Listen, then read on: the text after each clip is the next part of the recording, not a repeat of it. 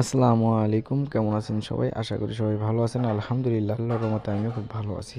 তো কিছুদিন আগে আমি আমার বোনের বাসায় থেকে ৪টা দেশি মুরগি নিয়ে আসি। দেশি মুরগিগুলো আর কি আমি পালার জন্য। তো তাদের নতুন হওয়ার কারণে আমি তাদেরকে বাইরে দিয়ে পাঠাই না, হারানোর সম্ভাবনা থাকতে পারে।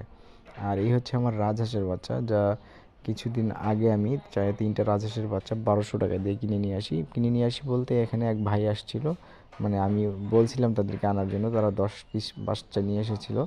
আর সেখান থেকে আমি ৩টা কিনে নিই, আর বাকি আমার এলাকার কিছু আন্টিরা কিনে নিয়েছিল। তো রাজহাঁসের বাচ্চা মূলত আমি এর আগে পালছি, তারপরেও এবার আপনাদেরকে দেখাচ্ছি যে মূলত তাদের আমি যেভাবে পালি আর কি। তো সকালবেলা আমি তাদেরকে বের করে ভাত এবং গুঁড়া ফিডটা, মানে জিরো সাইজের যে ফিডটা আছে সেই ফিডটা পানির সাথে মিশিয়ে আর কি তাদেরকে খাইতে দিই। এর সাথেও আমি কিছু ভিটামিন অ্যাড করি। যেমন ভিটামিন বলতে এটা আপনার বাচ্চা ছোট থাকলে যেই ইয়েগুলো দিতে হয়, যে তাদের সর্দি জ্বর যেন না হয়, এই কারণে আমি ডক্সিএভেট বা লাইসোভেট এটা আমি খাবারের সঙ্গেই মিশিয়ে দিই, যাতে তাদের খাইতে অসুবিধা না হয়।